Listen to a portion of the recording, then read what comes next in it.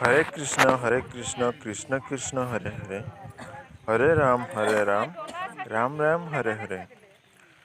दर्शक बंधु, आम ओडिशारे अनेक पर्वपर्वाणी एवं पूजा पार्वणी सबू पालन करा जाए।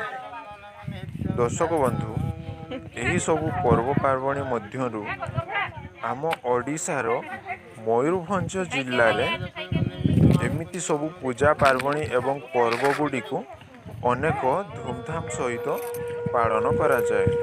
तो दर्शक बंधु, आमे आज देखिबा मयूरभंज जिल्लार अनेक धूमधाम रे पालन होउथुवा एक नामयज्ञ विषय रे।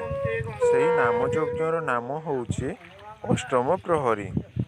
दर्शक बंधु, चलंतु एही अष्टम प्रहरी नामयज्ञ विषय रे आमे आज जानिबा। बंधुगण, ता पूर्वरु आपण जदि आम चैनल एमटीवी ओडिया रे नुआ करी वीडियो देखुचंती ताहले आम चैनल को सब्सक्राइब करंतु एवं पाखरे आसुथबा बेल आइकन को प्रेस करंतु। एहा द्वारा आम चैनल रे जेते बेले भी नुआ वीडियो अपलोड होबो आपनकु तुरंत नोटिफिकेशन मिली जिवो। तो दर्शक बंधु, चलंतु एबे देखिबा एही अष्टम प्रहरी नामयज्ञर प्रथम दृश्य। एही नामयज्ञ रे 2 दिन धरी उपासरे रही पूजा करिथिबा उपासक माने घट मुंडई थांती एवं सेही घट निजर विधि हिसाब रे पूजा हेई सारिला परे सेही पोखरी तुठरू हरिनाम संकीर्तन सह ठाकुरंक निकटकू अणा जाई थाए एवं ठाकुरंक निकटकू अणा जाई सारिला परे सेठारे पूजा पाठ करी ठाकुरंक निकटरे 24 घंटा पर्यंत घट गुड़ी को रखा जाई थाए एवं घट गुड़ी को रखा ही सारिला परे सेठारे 24 घंटा जाए हरि नाम जप करा जाई थाए। किपरि जप करा जाई थाए आसंतु मु आपण माननकु देखौछि।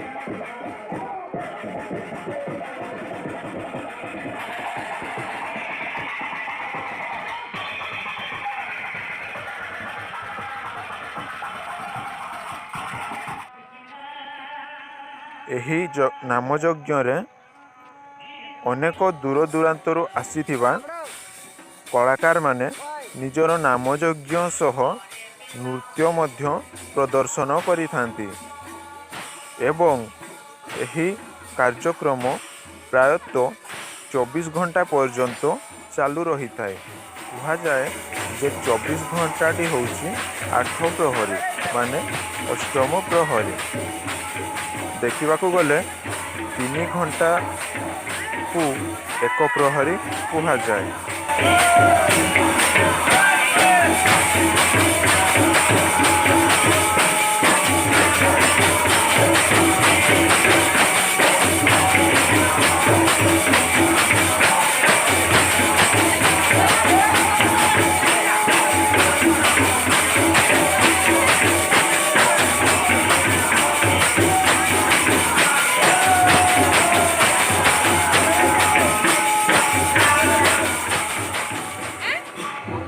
ଦର୍ଶକ ବନ୍ଧୁ, ଏହି ନାମଯଜ୍ଞରେ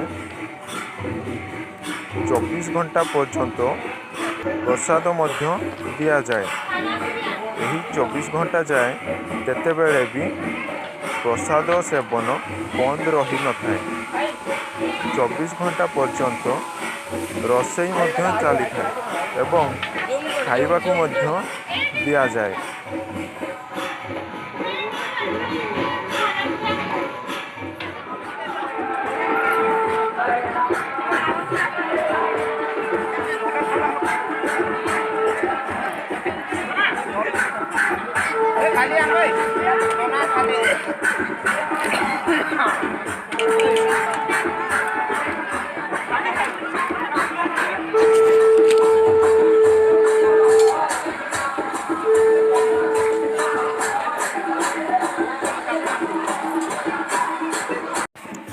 ପରିଶେଷରେ ଅଷ୍ଟମ ପ୍ରହରୀ ସମ୍ପୂର୍ଣ୍ଣ ହେଲା ପରେ ଏହି ଘଟଗୁଡ଼ିକୁ ଯେଉଁ ଉପାସକମାନେ ଆଣି ଠାକୁରଙ୍କ ସ୍ଥାନରେ ରଖିଥିବେ ସେହି ଘଟଗୁଡ଼ିକୁ ମୁଣ୍ଡେଇକି ପୁଣି ଯେଉଁଠୁ ଘଟ ଆସିଥିବ ସେହି ଜାଗାରେ ନେଇ ନିଜ ନିଜ ମୁଣ୍ଡରେ ଘଟଗୁଡ଼ିକୁ ମୁଣ୍ଡେଇକି ସେହି ଜାଗାରେ ନେଇ ବିସର୍ଜନ ବା ସେହି ଜାଗାରେ ନେଇ ଭସେଇ ଦେଇଥାନ୍ତି।